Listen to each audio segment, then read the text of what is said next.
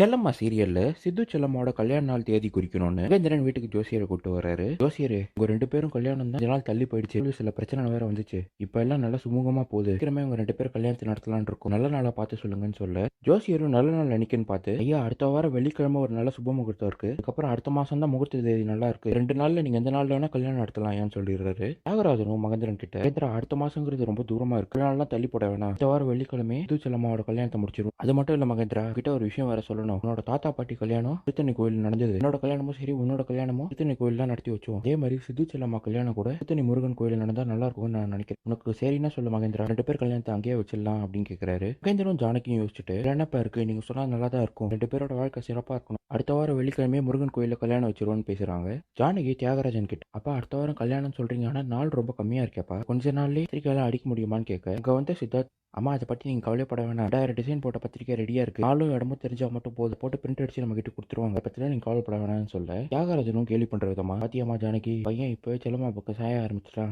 கவலை சந்தோஷமா இருங்கன்னு வாழ்த்துறாரு. கடைக்கு போயிட்டு வந்துட்டு இருந்த மேகாவை மகேஷ் வழிமறிச்சு, மேகா நான் உனக்கு கெஞ்சி கேட்டுக்கிறேன் மேகா, செஞ்சு உன் வயித்துல இருக்கிற குழந்தைய மட்டும் அழிச்சிடாத, நான் கூட சேர்ந்து வாழணும்னு ஆசைப்படுறேன், நீ நான் ரியா 3 பேரும் சந்தோஷமா இருக்கலாம், பாப்பாவும் வந்துருச்சுன்னா குடும்பம் பெருசாயிடும், அவனை பத்திரமா பாத்துக்கிறேன், இப்போதான் வாடகைக்கு வீடு தர்றேன்னு நான் கேள்விப்பட்டேன், இதெல்லாம் ஒன்றும் வேணாம், நீங்க என் வீட்டுக்கு வந்துரு, சந்தோஷமா இருக்கலாம்னு சொல்ல மேகாவும் முடியவே முடியாது மகேஷ், பணக்காரன் தான் உன்னை காதலிச்சேன், நீ என்னை ஏமாத்திருக்க, நீ என்னதான் சொன்னாலும் இந்த குழந்தைய நான் அழிச்சிருவேங்கிறாங்க. சித்தார்த்தும் செல்லம்மாவும் வெளியே போயிட்டு மலருக்கு பிடிச்ச பொம்மைலாம் வாங்கிட்டு வரப்போ செல்லம்மா சித்து கிட்ட, நீங்க மலருக்கு பிடிச்ச எல்லா பொம்மையும் வாங்கிட்டீங்க, எனக்கு பிடிச்சது மட்டும் நீங்க வாங்கல, மல்லிப்பூ வாங்கணும்னு ஆசைப்பட்டேன் சார், மலருக்கு பொம்மை வாங்குறதுலேயே நேரம் சரியா போச்சு அப்படின்னு சொல்ல சித்தார்த்தும் வண்டியை நிறுத்தி, செல்லம்மா அதோ வரேன்னு கூட மல்லிகைப்பூ ஃபுல்லா கொண்டு வராரு. இதை பார்த்து செல்லம்மாவும், இப்போ சார் நீங்க வாங்கினீங்க கூட தான் நீங்க எனக்கு தெரியாதுன்னு சொல்ல, எனக்கு தெரியும் செல்லம்மா உங்களுக்கு மல்லிகை பூனா பிடிக்கும்னு, இந்த பொம்மை வாங்க போறப்போ உங்களுக்கு பிடிக்குமேன்னு மல்லிகைப்பூ வாங்கிட்டு வந்துட்டேன், இந்தாங்கன்னு கொடுக்குறாரு. உங்க 2 பேரும் பேசிட்டு இருக்கிறத இந்த வழியா வந்த மாணிக்கம் பார்த்துட்டு, செல்லம்மா என்னை விட்டு நீங்க சித்தார்த்த கல்யாணம் பண்ணிக்கலாம்னு நினைக்கிறியா, 2 பேரும் சந்தோஷமா வேற இருக்கீங்க, இப்ப நான் யாருங்கிற உண்மை உங்களுக்கு எல்லாருக்கும் தெரிஞ்சிருச்சு, இதுக்கு மேல எனக்கு சித்தார்த்த உயிரோட விட்டு வைக்க கூடாது, கதையை இப்பயே முடிக்கிறேன்னு மாஸ்க் ஹெல்மெட் எல்லாம் போட்டு